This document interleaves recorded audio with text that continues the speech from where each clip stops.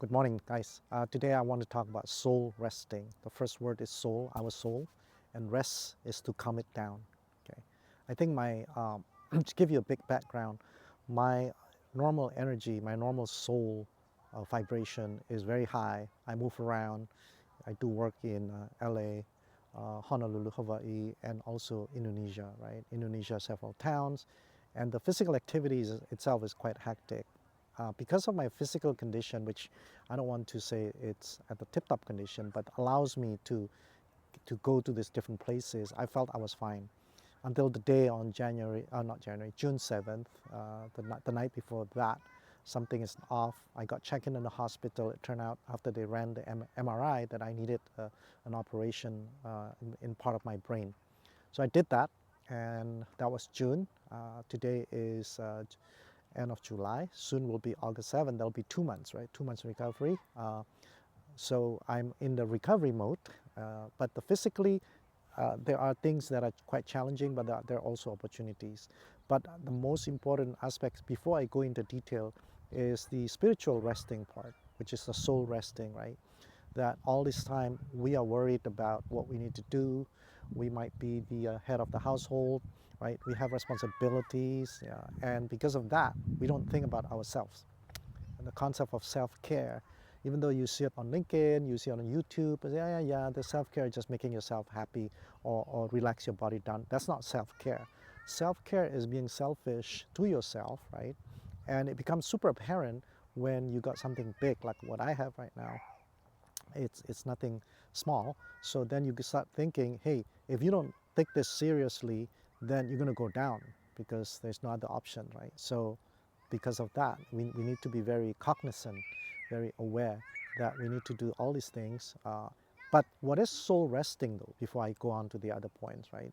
Soul resting is the ability to surrender to the universe, that whatever you've been doing doesn't make sense.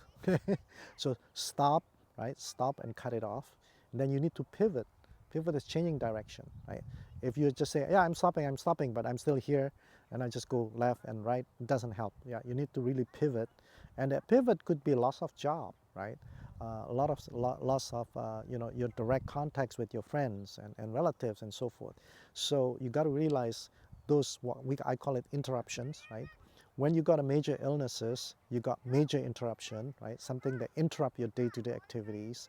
And I don't want to belittle the concept of income. If you don't have any income, it's going to create extra stress.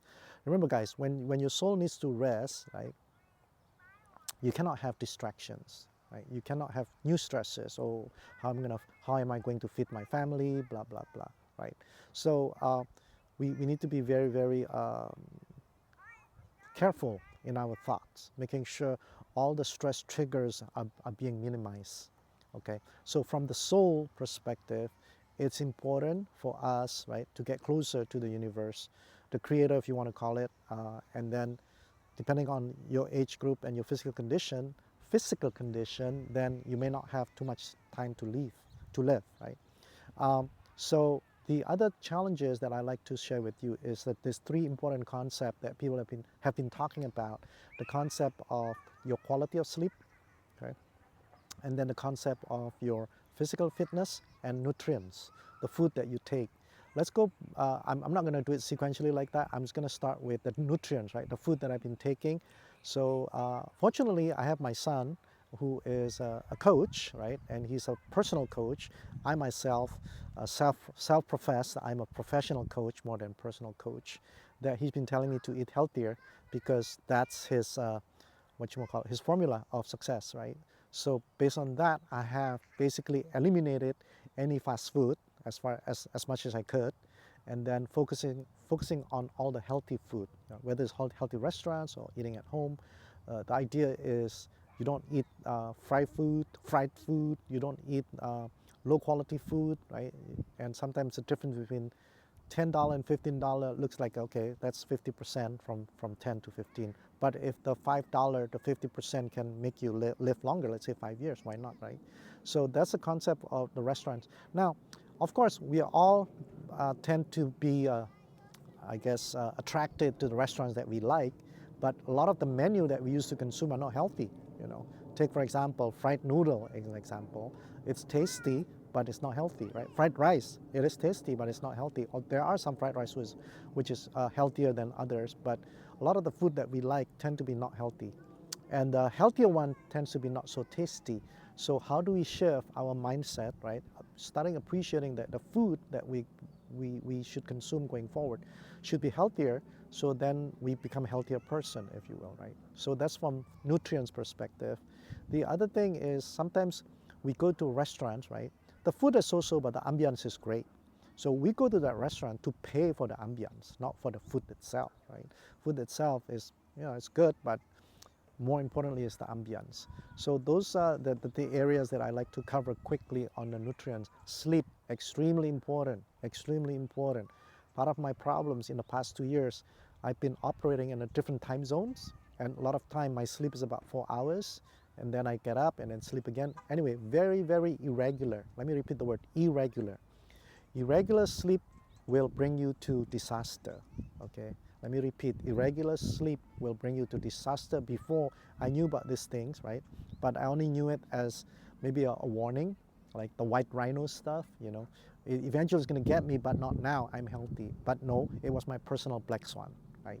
And it was less than 2 months ago, I was brought down unexpectedly, right? And now here I am, right? Am I complaining about my condition? I cannot. It happened. It is what it is.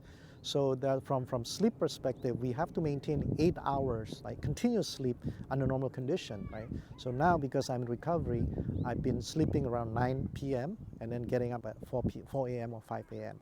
It's been super fantastic, right? Because at night I'm still taking a medication to help me alleviate the challenges that I have.